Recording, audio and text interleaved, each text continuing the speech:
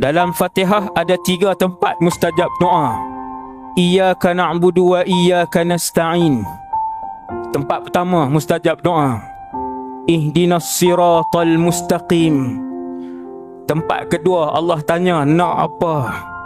Bila kita sebut Fatihah alhamdulillahi rabbil alamin, Allah Ta'ala jawab majjadani abdi, hamidani abdi wa majjadani abdi. Hambaku memuji aku, membesarkan aku.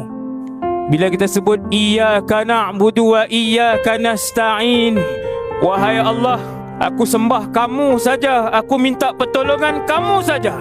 Allah Ta'ala kata, apa yang kamu nak? Apa permintaan kamu? Tiap-tiap kali kita baca Fatihah, sebut 3 ayat ni. Waktu tu niatlah dalam hati, as'alukal jannah ya Rabb. Niat dalam hati, laju-laju, jangan duk berhenti lama-lama pula. Aku pohon syurgamu wahai Allah, ihdinas siratal mustaqim. Matikan kami dalam keadaan husnul khatimah. Biasakan doa sebut kami. Kami siapa? Mak ayah kita, mak ayah. Bagi biasa bila berdoa kami. Kami tu niat siapa? Kita, mak ayah, anak isteri, suami. Itu tempat-tempat untuk kita berdoa husnul khatimah.